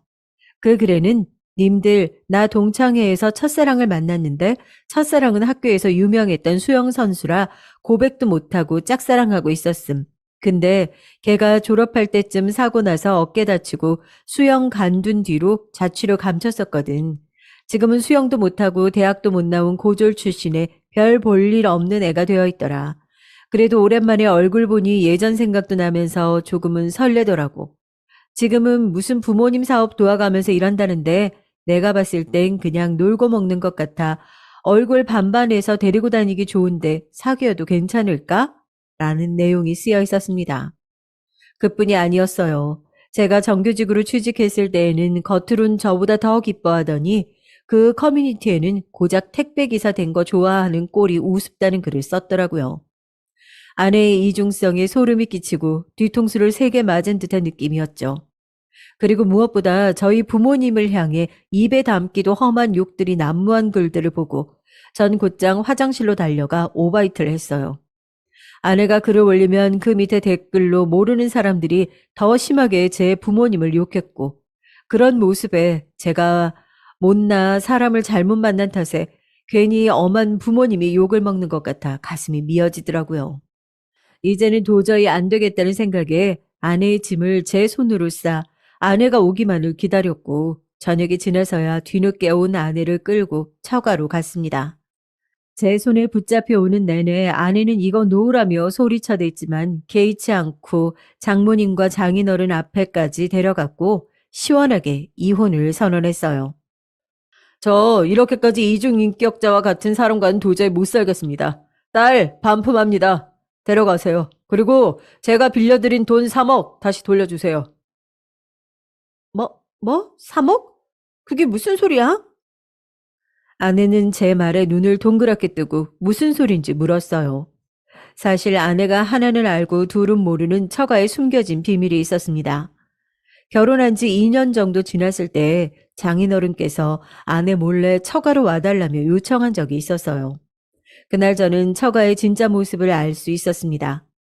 겉으로 보았을 때 잘 사는 것처럼 보였던 처갓집은 알고 보니 월세로 새들어 사는 거였고 장인어른의 벌이가 나쁘지 않다고 해도 워낙 씀씀이가 해픈 장모님과 아내 그리고 아내의 남동생인 처남 때문에 변변찮은 자기 집 하나 없이 지금껏 새들어 살았다며 진실을 말해주더라고요. 그런데 하나뿐인 처남이 도박에 빠지는 바람에 큰 빚을 지게 됐고 당장 집이라도 빼서 보증금으로 남아 어떻게든 해야 하나 싶은데 그렇게 길거리에 나앉을 수 없겠다며 급한 대로 제게 3억만 빌릴 수 있는지 물었죠. 제 두 손을 꽉 잡고는 사정사정하며 부탁하는데 거절하기가 힘들더라고요. 마침 제 수중에는 결혼 전에 부모님이 주셨던 통장이 있었고 지금 사는 집을 구매하고도 통장 안엔 어느 정도 잔액이 남아 있었기에 돈을 빌려주기로 했습니다. 대신 금액이 큰 만큼 변호사를 통해 법적 효력이 있는 차용증을 썼어요. 아내에게는 지금껏 들었던 말은 모두 비밀로 해달라던 처부모님의 말씀에 계속 비밀로 한 채 관련된 얘기는 하지 않고 있었던 것이었죠. 역시나 아내는 처가가 월세 사는지도 모르고 있는 눈치였어요.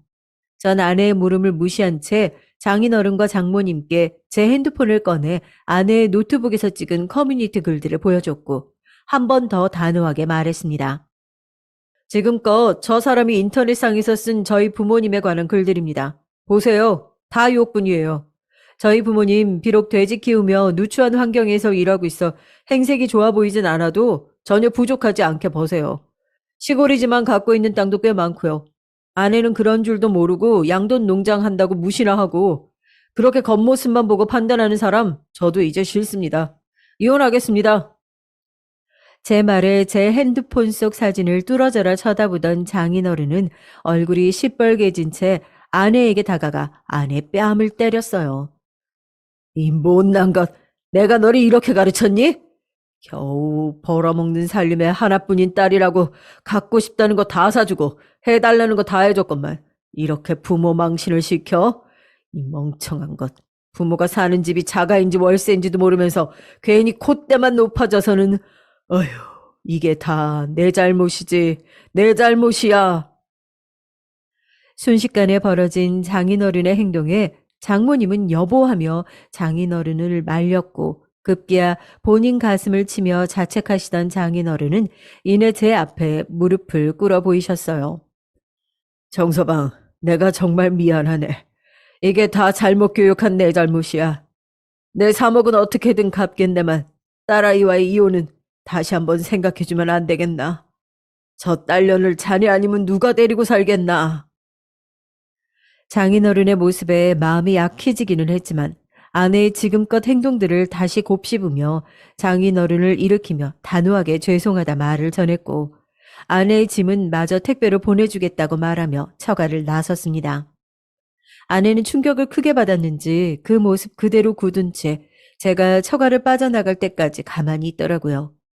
이후 저는 가차없이 이혼 서류를 보냈고 행여나 아내가 집에 들어올까 도어락 비밀번호도 바꿔버렸습니다. 그리고 부모님에게는 솔직히 있던 일들을 모두 말하면 행여나 상처를 받으실까봐 모든 걸 말씀드릴 수 없었고 그저 결혼 후 다툼이 잦아져서 갈라서기로 했다는 말만 전했어요. 제 이혼 얘기를 들었을 때 처음 부모님은 결혼한 지 얼마 되었다고 이혼을 하냐며 말리셨지만 지금은 생각이 바뀌셨는지 아이 생기기 전에 잘 갈라섰다는 반응을 보이시더라고요. 하여 저희는 현재 협의 이혼 신청까지 들어갔고 숙려 기간을 지나고 있습니다. 아내는 이제 와서 제게 자신의 잘못을 용서해달라며 싹싹 빌었죠. 그런 아내를 떼어냈지만 계속 미안하다고 울며 불며 매달리는데 마음이 약해지기는 하더라고요. 하지만 커뮤니티에 쓰인 아내의 속마음을 다 알아버린 뒤 배신당한 그 마음은 절대 씻기지 않는 상처로 남게 됐고 그렇기에 아내를 용서하기 어려웠어요. 또한 아직까지도 처가에 빌려준 3억은 돌려받지 못했는데요. 주변 지인들은 무조건 받아내라 하는데 돈을 빌려준 사실을 알고 있던 부모님은 그냥 위자료라고 생각하고 주라고 합니다. 한두 푼도 아니고 장장 3억이라는 돈인데 부모님 말대로 그간 정을 생각해 주는 게 맞는 건지 아니면 냉철하게 돌려받는 게 맞는 건지 아직까지 결정을 못 내린 상태예요. 이런 답답한 마음에 이렇게 사연을 올리게 된 것인데요. 글솜씨가 좋지 않아 제 사연이 미숙하게 들렸을 분들도 있으실 거라 생각됩니다. 그래도 나름 최선을 다해 사연을 써보니 너무 질타하지 마시고 따뜻한 응원 부탁드릴게요. 제 고민에 관한 많은 의견도 남겨주시면 감사하겠습니다. 그럼 제 사연을 보시는 분들 중에는 겉만 보고 사람을 판단하는 그런 분들은 없기를 바라며 사연을 마칩니다. 지금껏 제 긴 사연 들어주셔서 감사합니다.